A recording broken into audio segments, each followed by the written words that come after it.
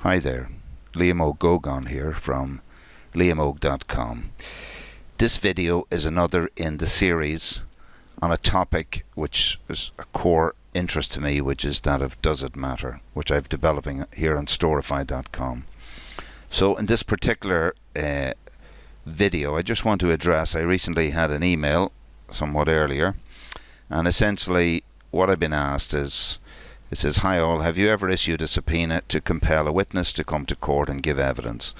I am working pro bono, of course, on behalf of a family who are being pulverized by a certain body, but there's an insider who will not lie under oath to save the necks of the wrongdoers.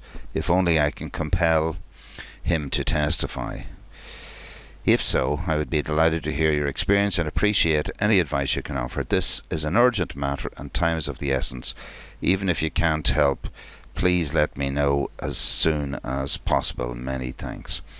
Okay, so that was presented as a question, and I suppose my reflection immediately is that, we have a world full of questions and we have a facility called the internet. Why aren't we increasingly putting these together? And it brought me in mind of a meeting that I had representing parental equality as much as probably 10 years ago with the officials in the court service. And I just want to put on record that somewhat around that time, I think a communications official there, Helen Priestley, was formative in putting up on the court service online site a short podcast explaining the process of probate, which I thought was absolutely wonderful. However, when we met these people, they were launching their own DVD, a very expensive process that they were going to circulate into schools, and there were only a limited number of these that they were passing around. And it seemed to me when I was speaking to them that this was so yesterday, that the world had already moved into the concept of reusable learning objects, YouTube, etc. And I put to them that really, whereas the court service website, which we're going to look at now in a few moments, is a fabulous resource, it's also quite a complex resource, and you really have to know how to work your way around it. And my feeling was that really, that if the effort was proactively made to reach out to the public and explain to them the process of law, that we could have a much more cost-effective legal services interaction in the state. And that the best way of doing this would be through YouTube. So part of what I'm doing here now 10 years later is I'm trying to emulate that experience for myself and look at what that experience would be like for you as a viewer. At the end of it, I would very much appreciate in the comment section if you would review this video along the 3Ws I call: what went well in the video, what was wrong with it, and finally what would be better. So the first thing I'm going to do is, I suppose what I appreciate is the realization of, the idea of establishing your research. What is the question you want to ask? And immediately when I'd been asked this question in email, I said, look, how will I construct this question just in Google? And I simply stuck in this, witness summons, District Court, Ireland. And I had at that stage, and still it hasn't been clarified to me whether the person here is talking about a District Court case or a Circuit Court case. So I'm going to briefly look at both of them. And I'm just saying, just starting from scratch, I just go into Google, I press the button, I write in witness summons District Court Ireland, and I look at my results. And I look down here, for example, attendance of witnesses. Now, again, and these tabs up here, I've already pre-opened these, but this is where I'm going to lead you through. So I press the first one, attending court as a witness. And, this one here, actually, just to clarify, this was further down here. It was just say attending court as a witness, and I see there's a PDF document there, so I think I'm going to have something I can download and have at my disposal. And lo and behold, I find a 36-page document here, attending court as a witness, produced by the Director of Public Prosecutions. And just briefly, I'll scroll through these.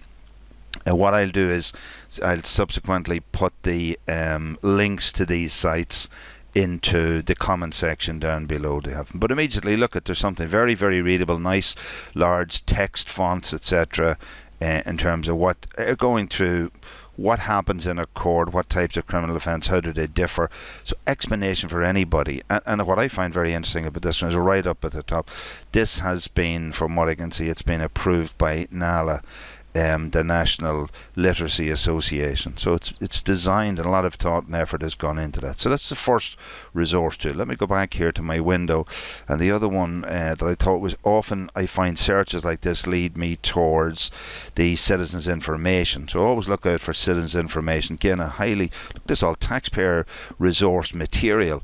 But I go up here, it says how you are called as a witness. And again, I find this information always very friendly, very soft, very, very helpful. What is a summons? The summons or subpoena, the name of the case, what are the rules, how to apply, witness expenses. It gives you some ideas around these things. So again, a very easy introduction.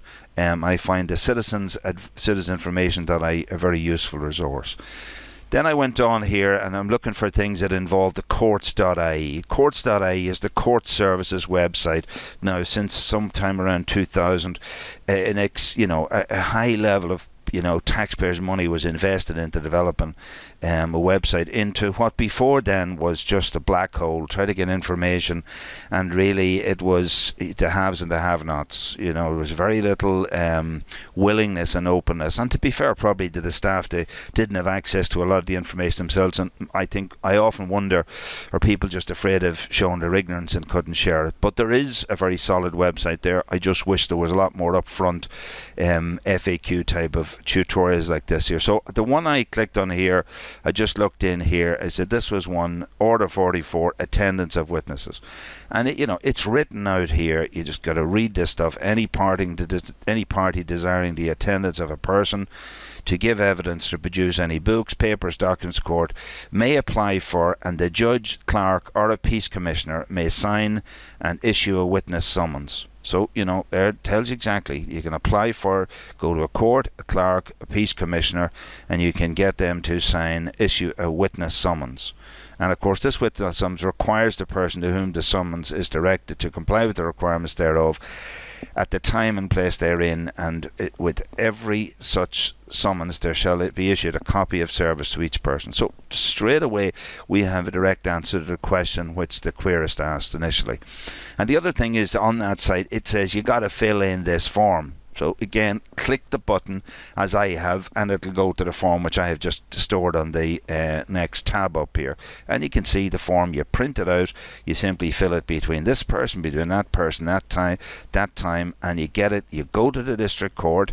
You ask that it's signed for by a judge. Ask for when a judge is available, or ask for a clerk of the court. Get that. And then we move on to, if I just go back to the previous page, it'll tell you then where, it says such summons should be served in a manner as provided by Order 10. So just to, often people are dealing with court, wondering what's the sequence and what's the structures. But one thing I've learned over the years, that there are procedures. Now, people might have kept them close to their chest, they mightn't often know them. But at least I think the Court Service website has them up there, and it's a reference site. You can go there and say, look, this is where I learned to do this.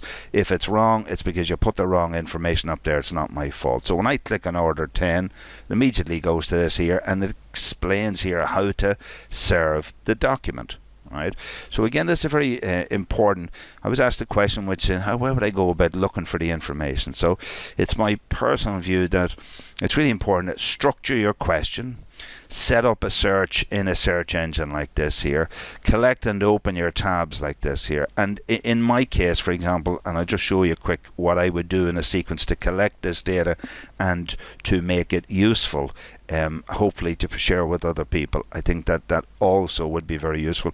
In fact, just as I'm thinking this, what I will do is at the end of this part of the process, what I intend to do is I'm going to set up a Google Docs which I'll make available on an open public basis, and I'll collect all these links into it, including the original question.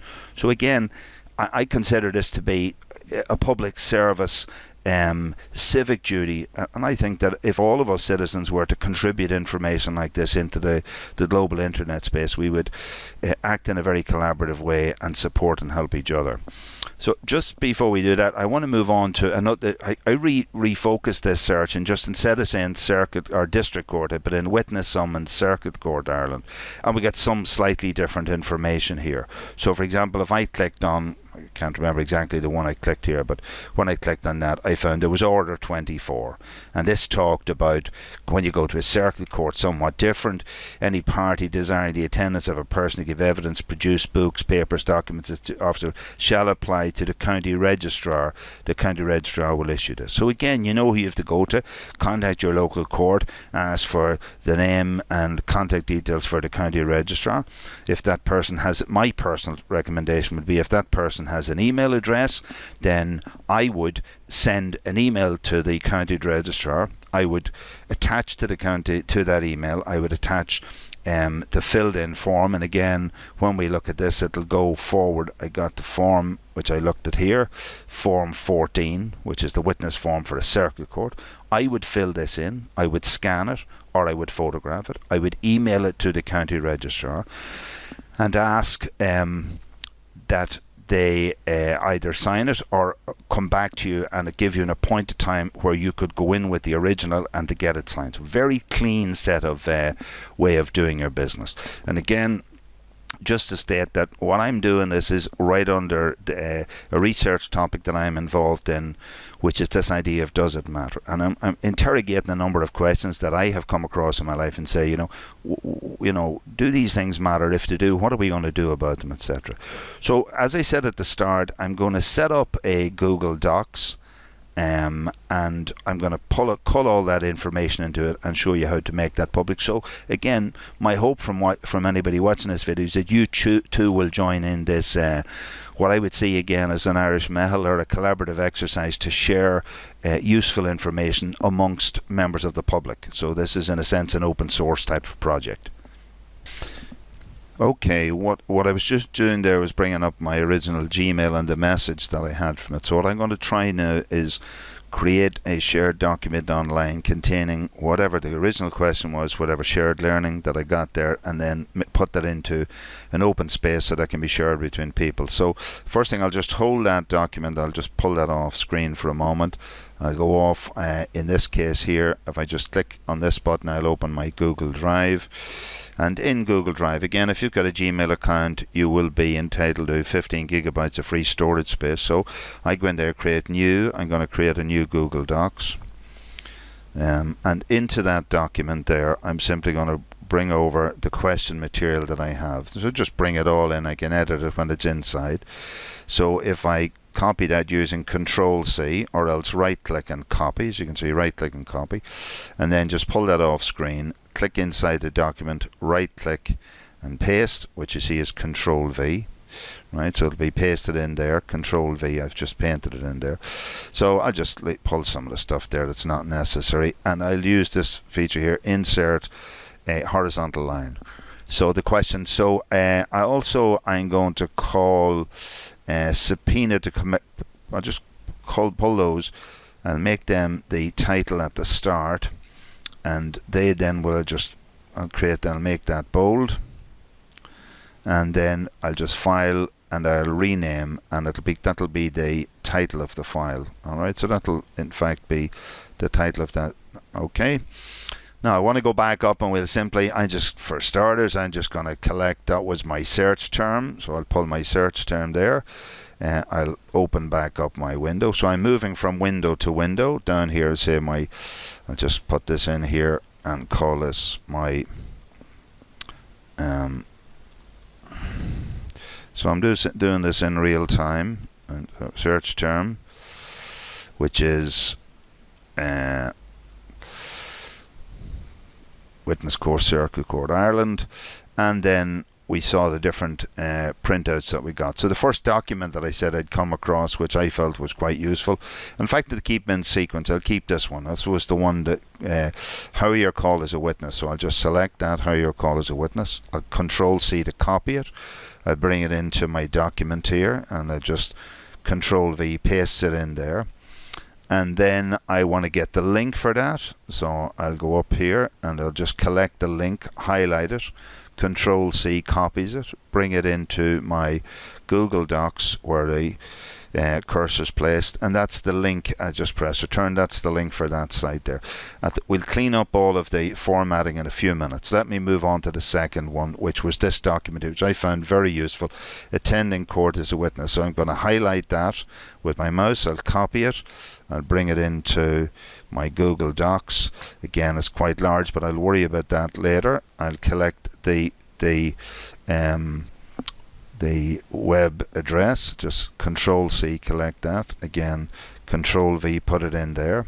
Moving on to my next one, I'll do my District Court Rules, Order 44. So in fact, I'll just highlight those words there, District Court Rules, Control C, bring them down here. You see, you can see that now. I may want to just readjust those so they come on the same line, and go in, collect my term here. So at the end of this video, and in the comment section down below, I'm also going to embed afterwards the address for this shared file, so you can use it yourself or pass it on. Control C, push it down here, press return. That's my link for that there. Now I go into, this was the Schedule C, the forms, right? So this was form 44. This is the witness form that I mentioned earlier on. I'll just put the text in for that, go back up to where that location was. So I feel the one thing that I'm doing in assisting the queries for this particular question, I feel that I'm also, firstly I'm informing myself. Now this is Order 10 of the service document, so I need to collect the word Order 10, stick that in here, make a space, go back to Order 10, and it'll be this service documents, Control C, that collects that. So again, just remember, you'll hear me doing the same things all the time. If I want to collect a link or a piece of data, highlight it with the mouse, press Control and C at the same time, that selects it onto the clipboard, and then I put the mouse, the cursor where I want to place it, press Control V, and that stores it in there. I then moved on to this one here, witness court in a circuit, the witness summons in the circuit court. So that became a search term. So that was another term. I just put that in here. And I found a couple of more pieces of information. So I found the Order 24, attendance of witnesses. So Order 24, Control C, place it in there, make a little space, go back to it again and say collect. Well, in fact, if I collect all those three together, they just came live. So I'll throw those in here. Instead, I'll just select them, overwrite them with a Control C, and just use the keyboard then to just pull all of that onto one line, and collect the web location, web address for that. Control C, push it in here, and that's that completed. And the last one then I want to take was, yes, this was the form. So in fact, the last time you see all three connected together, so I've highlighted those, Control C, put them into this document here, tidy them up again. This is just a matter of moving text around the place, as you can see, and put the cursor at the end, put a space, collect the web address for this, okay, and Control V, and that's there. So you can see all this information. It's a little bit large, etc. So one of the features of, and just put a comment there again, you can see it highlights spelling errors, etc., which it'll underline them with red. And I have lots of spelling errors in my work. I tend to type very dyslexically. Anyway, so if I just select a piece of the text and I use this little paintbrush here, then it's called a paint formatter. So when I when I select all the other text, then it's just going to make the other text, it'll make all the text in the same generalized shape. So as you can see, it has all come into the same look and feel. Again, if I pick up a piece of material, so all of those, if I'll notice I notice these are gone in terms of color, but when I highlight them, you can just click on them and you'll see they'll come right there for you. So these are all highlighted. So again, attending court as a witness, this is just tidying up exercise that I'm doing here. I'm going to highlight this, make it bold, and so I suppose what I've really done here in a very short space of time, I've researched information which can be of help to the querist and can be of help to you, the viewer. But more importantly, I'd like you to think about the facility that, imagine if all of us were to help each other with information like this here, how much more cost effective and time effective a lot of our lives are. A lot of issues that we stress about, there are practical ways in which we're constantly researching information. Perhaps we could learn to share it. So how do I share it? I go into File, I go into Share, and it basically, who am I going to share with everybody? So I get a shareable link. I'll just maybe look in advance, and I'm going to say private. I just don't want to be private.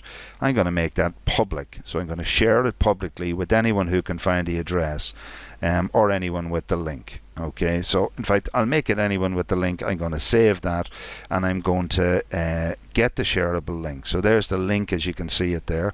It's already highlighted, so press Control C and I save that, and then just say done. That's completed. So what I'm going to do now is I'm going to edit this video, just tidy it up. I'm going to put it up on YouTube for you to see and share. I'll put that link for the shareable document into the comment section, and I will also throw the links for the tabs above. And I see this as one individual civic contribution to, I think, the betterment and the better organisation of our society. My challenge, as 10 years ago, to the court service, which is consuming enormous amounts of taxpayers' money, and to many other government departments, is I put it to you out there that in an educational sense, what I'm doing here would be done very effectively and very excitedly by transition year students in second level schools.